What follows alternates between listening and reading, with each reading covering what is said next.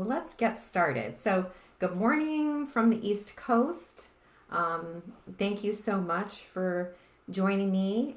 Today, I'm going to talk to you about why the grieving brain gets stuck and how to break free from that frustration and pain of this inertia. So, there often comes a time in our grief journey where we feel super stuck, okay? And we want solutions. We're desperate for solutions, but we just can't seem to break free from grief's hold on us. So, I'm going to explain why this happens during our healing journey and two steps that you can actually do today, after this training, to begin that process of breaking free and get yourself unstuck. It happens to a lot of us. It's happened to me. It's happened to plenty of my clients. And just know that it's normal. But I'm going to give you these two simple steps that I think will really get you going and help you move forward. Okay? So let me first introduce myself for those of you that are new to my group or new on Instagram. My name is Diane Bonilla. I'm a grief transformation coach. I have been a mental health therapist for don't try to guess my age, but almost 30 years. And I'm also a master practitioner of hypnotherapy and also of NLP, which is neuro linguistic programming. And I guide people basically through their unique loss experience so that they can finally put grief in their rearview mirror. My clients, they're so great. They put the work in. We connect to hope, emotional freedom and liberation, a meaningful new purpose. And this is so they can feel the joy that they truly deserve in their new lives after their loss. I'm also a wife. I'm a mom of two amazing college grads and a very proud mama of my almost 15-year-old Beagle Brody, he's not here today, but he's often at my feet when I do these trainings. So for today, please let me know if you have any questions. I'm going to try to go back and forth and check the questions on both platforms to answer them, but you can also reach out to me or comment or ask questions on the replay that I post, okay? So let's dive in, all right? Sometimes it is an emotion that decides to stick around relentlessly when we're grieving, okay? I call them the six. There are more, but these are sort of the typical emotions that can get stuck. It's normal to experience them, but sometimes they just don't go away. And those are guilt, regret, anxiety, fear, loneliness, and anger. Okay, the six. And, it can feel heavy, overwhelming, and basically unending, right? For some people, if it's not a feeling, it's a thought. It's a thought or a limiting belief about our loss that sticks around and just becomes intrusive over time. And we think about it over and over and over again. It can play in our heads and it can disrupt our sleep and just really interfere with life. Okay? So we know that true healing, if you've been with me long enough, you know that healing happens when we expand around our loss. Okay? We don't forget about it, but we expand around it. When emotions like the big six or limiting beliefs prevent us from expanding, we become stagnant, right? We become discouraged, and desperate for solutions. I know many people come to me in that state. And so some of you may have tried some things and you may have tried therapy and support groups as a solution. And those are great. I mean, I'm a therapist, so of course, therapy is a wonderful thing. But a lot of times what I've seen is it only gets you so far, okay? And then there's still those nights where you're up at night, or those days where you're just kind of going through your day and you feel disconnected, okay? Some of you have even tried keeping busy, and hats off to you, filling your schedule up. And what I see happens is that not only are you more exhausted, but as soon as you aren't busy, that's when grief decides to visit and has you feeling stuck. Okay. So it really can be exhausting. And, grief consumes a lot of our energy. The truth is that these emotions and thoughts will play on repeat, really, no matter what you try, unless you change the connection or programming in your mind. So I'm going to explain that in a second. Let me explain why this is happening, okay? Grieving brains, I promise to keep it simple, but I love science. So grieving brains are desperate for a connection to whatever or whomever we have lost, okay? Our unconscious brain was basically formed by the age of 7. So it's a very simple thing, right? Which is kind of funny when you think about it. Our brains are looking for the simplest, most familiar connection to that loss, even if it's not a positive one, okay? Because any connection is better than no connection. That's kind of the logic there. So guilt or anxiety may be the connection our brain has made to stay attached to our loss, okay? And you're not going to be able to move forward if that's your connection. So you really do need a new and different connection. One, for instance, with joy, with gratitude, maybe it's having a new purpose. But if you don't, the old connection is just going to keep on going. And really over time, as these limiting beliefs that are playing in your head and these negative emotions, you experience them and you stay stuck with inertia, it just becomes stronger. Okay, the repeat cycle makes them stronger and sort of, they kind of dig in. So this is really how emotional baggage is created. I'm sure you all have heard of that term, emotional baggage.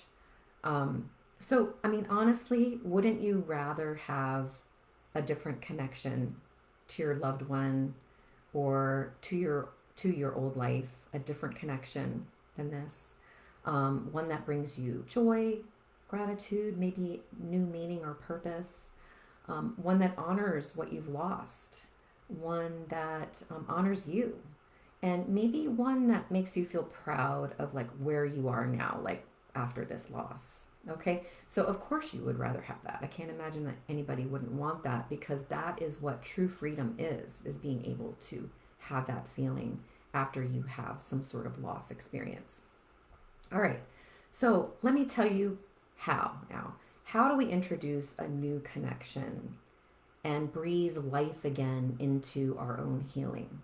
Okay, I'm going to share with you 2 essential steps to get your brain out of repeat and move forward, so we can just, again, breathe life into our healing journey and move forward. Okay, so you can take notes. I was going to say step 1, if you want to just listen with me, if you want the steps written out on step 1, just comment now or on the replay, and I will send them to you, because it's probably better that you just listen to hear what we do, and then you won't miss anything. And then, as I said, I can send them to you, so just let me know. So step 1 is basically releasing the old connection. Okay, so what do I mean by that? That means letting go of the emotional baggage that accumulated around your relationship with this person. It's not letting go of the person. I've said that before. That's really important to know. So you're letting go of the emotional baggage, and you want to first figure out which of those 6, though as I said it can be more than that, which of those 6 big emotions are ones that seem to be connecting you to your loss right now. Okay, so let me review them again. So it's guilt, regret, anxiety, fear, loneliness. I put sadness kind of into that category too, and anger. Okay, which one of those, or maybe it's multiple, are connecting you right now to your loss? What is your grief experience right now that's keeping you stuck? It's normal to have these feelings, by the way. It's just when they get stuck that we want to try to release them, pay more attention to releasing them. Okay, so once you figure out what the feelings are, then I want you to make sure sometime during the day, if you decide to do this today, that you have some quiet time set aside, that you're not interrupted. You probably need like 20, the more time you can give yourself, the better. 20 minutes would be sort of like the least amount of time that I would recommend. And you want to have a journal nearby because you're going to journal afterwards. And you want to get yourself sort of into a relaxed state. So you want to take some easy cleansing breaths. You want to feel relaxed. Make sure your environment is relaxed. I like to light a candle when I do something like this. I like a quiet house. You can even have some meditation music going. You just want to create an environment for you where you feel like you can do this exercise.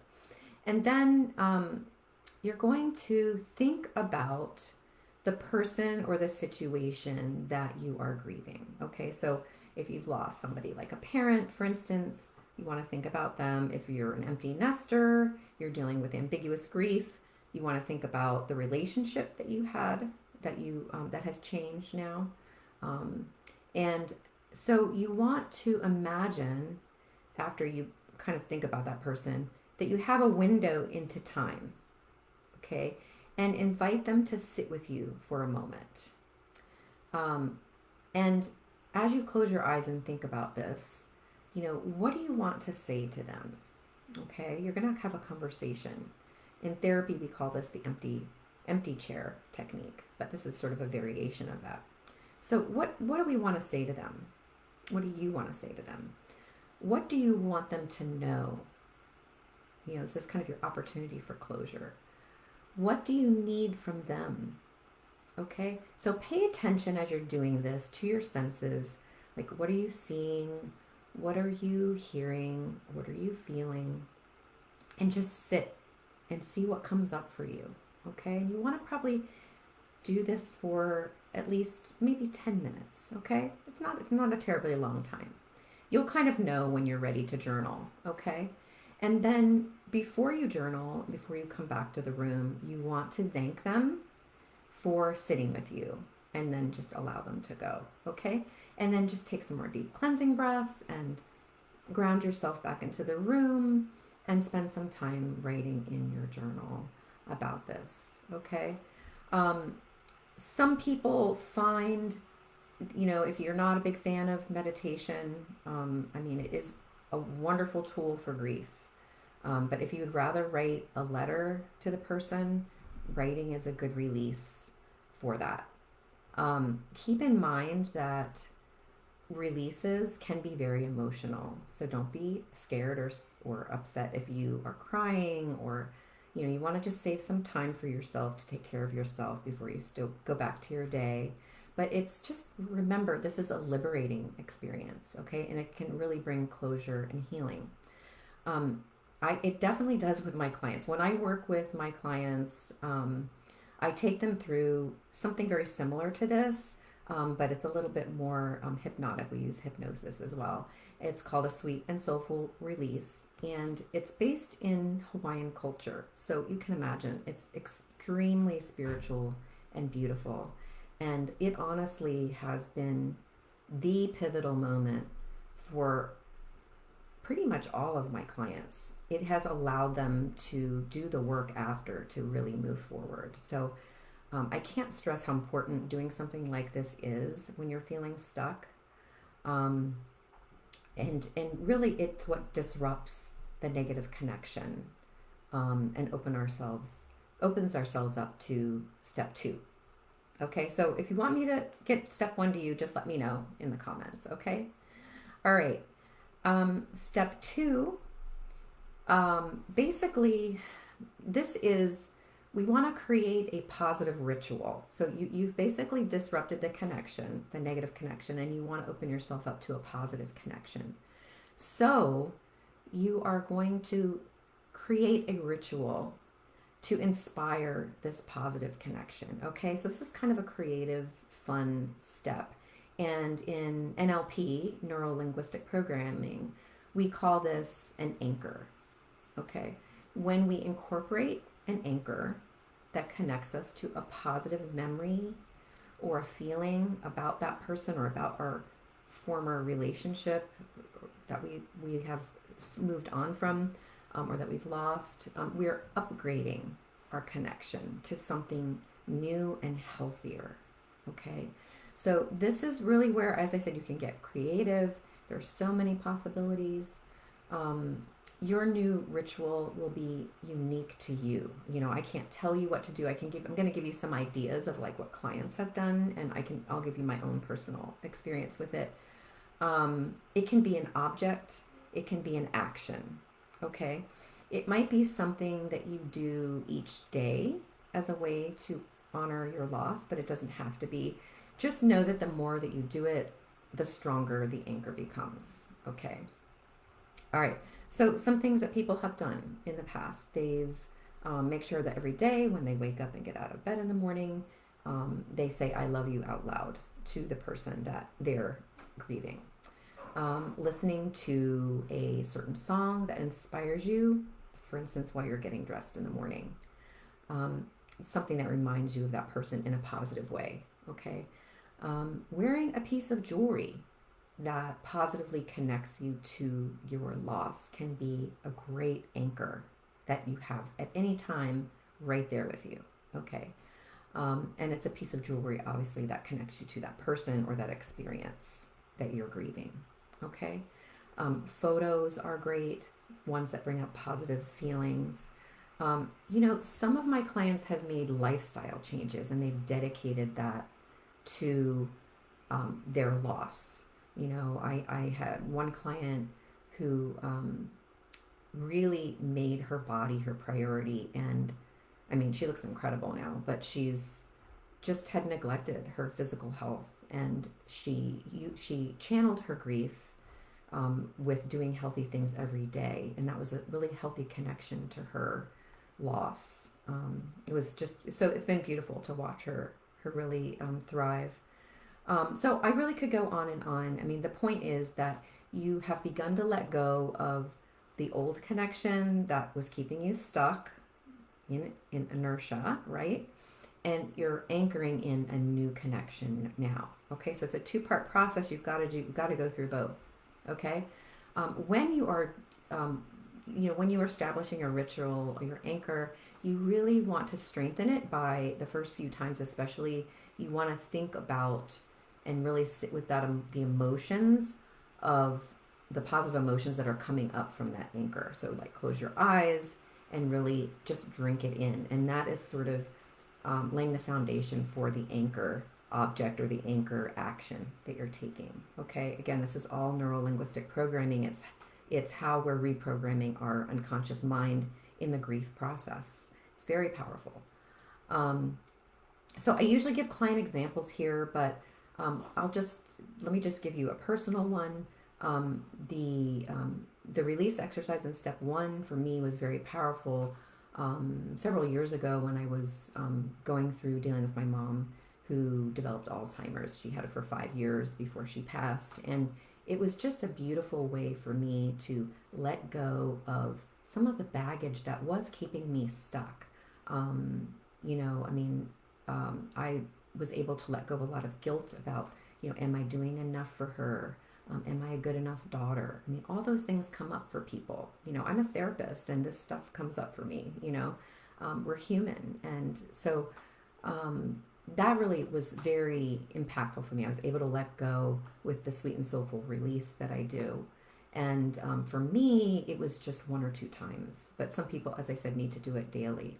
And then for me, I have a lot of anchors just because I love them.